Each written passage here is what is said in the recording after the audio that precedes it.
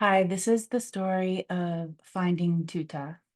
In in 2015, uh, my husband and I, the kiddos, we were traveling from Southern California to the Ozark Mountains in Arkansas. It was the one of the first um, one of the first events for us as transient food vendors, and we uh, we were heading there for a music festival so we could sell food there. That was our business. And we this is something we had been doing since the year 2000. So, it had been quite a long time. So we we were used to it. We were packing up, and I got this overwhelming feeling of I'm not ready. I can't leave home. I'm not ready. And it was hard for me to breathe. My heart was racing. I felt like I was going to throw up. And I just kept thinking, I don't want to leave home. I don't want to leave home. And I knew that we were prepared because we do this every year, every season. We're seasonal workers. And so we have lists, we know what we're doing. And I knew that it was an irrational um, thought. And so we get in we're driving this big bus, this big RV, and so we're all packed. The kids are younger; they're all ready to go, and we're going down the road, and I'm lying in one of the bunk beds because I don't feel good, and I almost feel like I'm gonna slip away, and finally.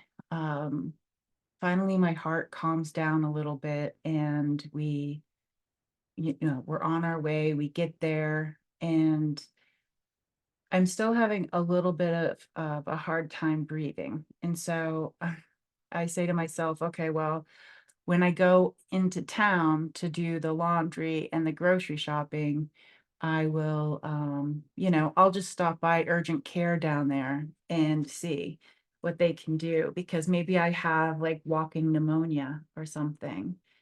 And so I get the whole car packed up with um, tons of laundry and have my grocery list. I get the kids in the car and we drive down this windy road for a little bit. And there's this wonderful store that on the river there that makes sandwiches. And so we go in, we're getting sandwiches, and I'm feeling faint. I'm like still having a hard time breathing. And we get our sandwiches, we get in the car.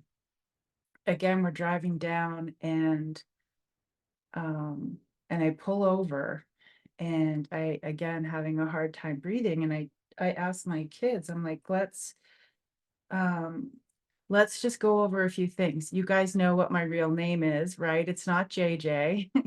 And you know what your dad's name is, and you know what the name of the company is, and what festival that we're at, just in case there's a moment today where I can't talk.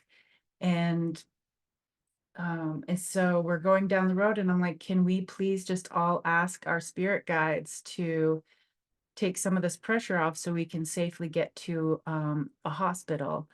And my kids are great at this. And so they did it, I did it, and then I felt some pressure um, relieve so I can breathe a little bit better. And we're going into town. There's a small little hospital here, and we make it off the mountain.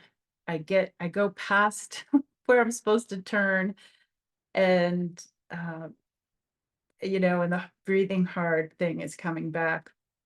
Like the closer I get to this place, I feel like my body knows that I'm about to get some help, and it's okay to like do whatever it's gonna do. And so I turn around, we park, Of course, my kids don't have their shoes on, so I'm like, "Can you guys please put your shoes on? Let's grab our sandwiches." And, I make it into this door, and I go up to the counter, and, I motion that I can't talk, and that I'm having a hard time breathing, and there was a pen right there, so I wrote down my husband's name and his telephone number, and the woman said, That's next door, you're looking for next door." And I'm like, "I can't breathe," and I go to sit down, and she hollers for somebody to come help,